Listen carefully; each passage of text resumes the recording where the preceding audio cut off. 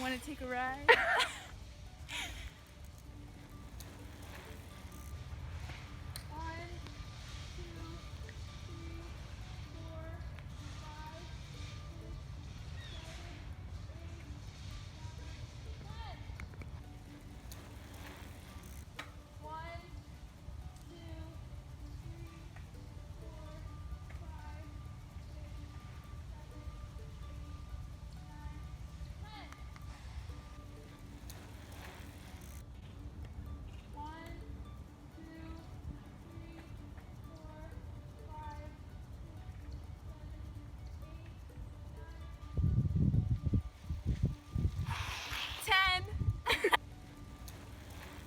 The gear is 5.5 inches and the rear sprocket is 2.5 inches and the rear tire 24 inches, 2 whole feet.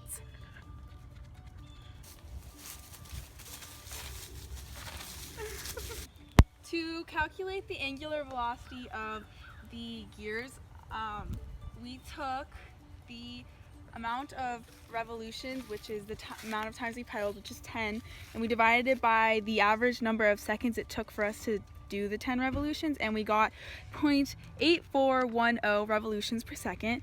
And then to calculate the angular velocity of the gears and pedals in radians per second, we took the answer to number 1 and we multiplied that by 2 pi radian over 1 revolution, because 1 revolution is equal to 2 pi, and we got 5.2844 radians per second. And for number 3, we took our answer to number 2, and to find the linear velocity, we multiplied it by the radius of the gear, which was 2.75 inches over 1 radian, and we got 14.5322 inches per second.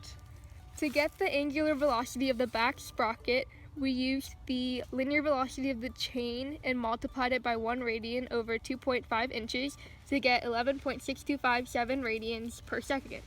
To get the angular velocity, it would be the same because the rear wheel and the back sprocket are in the same system.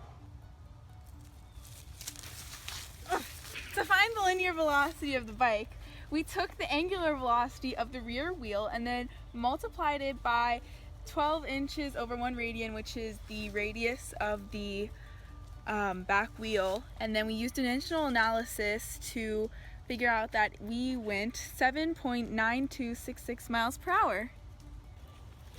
To find the distance of our bike, we used the linear velocity of our bike in miles per hour and multiplied it times the average time it took for 10 pedals, because distance equals rate times time.